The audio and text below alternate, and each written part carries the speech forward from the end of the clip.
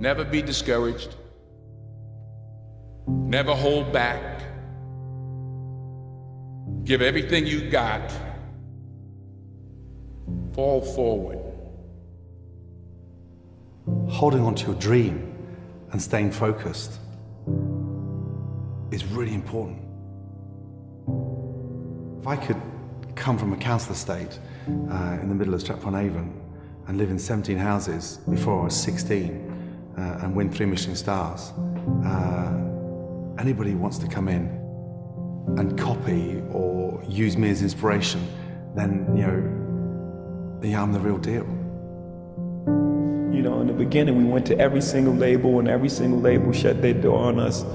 The genius thing that we did was we didn't give up. We didn't say, because these guys, we use that what do they know approach. We didn't give up at that point. When I went to film school, everybody said, well, you're nuts. What are you going to film school for? Nobody from a film school had ever gotten a job in the film business. Just had never happened. So you were just doomed to be a ticket taker at Disneyland.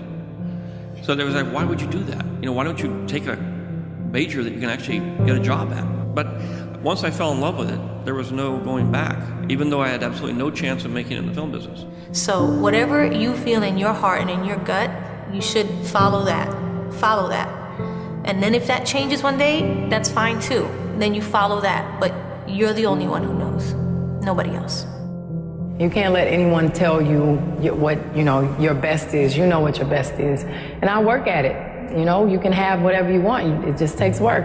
I've never really viewed myself as particularly talented. Where I excel is ridiculous, sickening work ethic. While the other guy's sleeping, I'm working. While the other guy's eating, I'm working. Nobody works harder than me inside the octagon, outside the octagon. I am a workhorse. Work your butt off. You never want to fail because you didn't work hard enough. I never wanted to lose a competition or lose an election because I didn't work hard enough. I always believed leaving no stone unturned.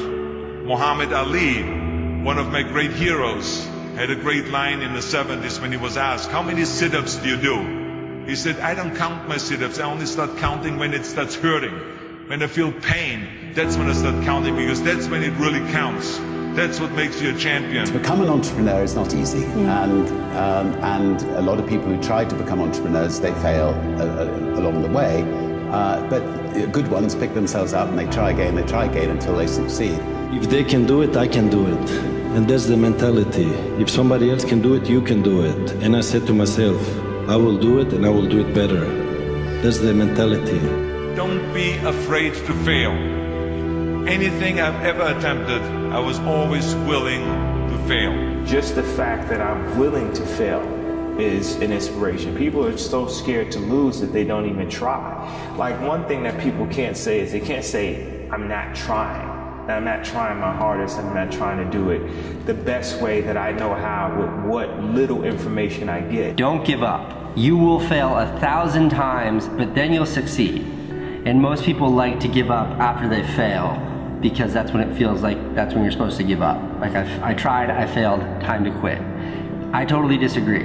Failure really happens when you've decided that you no longer want to pursue that dream. Like, that's the moment of failure. That's the point when you turn the corner from on your way to success to failing.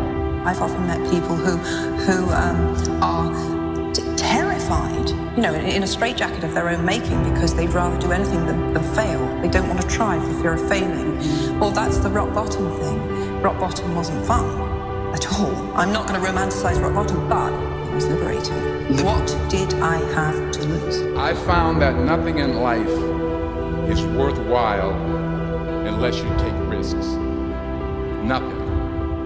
Reggie Jackson struck out 2,600 times in his career, the most in the history of baseball. But you don't hear about the strikeouts. People remember the home runs. Thomas Edison conducted 1,000 failed experiments. Did you know that? I didn't know that. Because the 1,001st was the light bulb.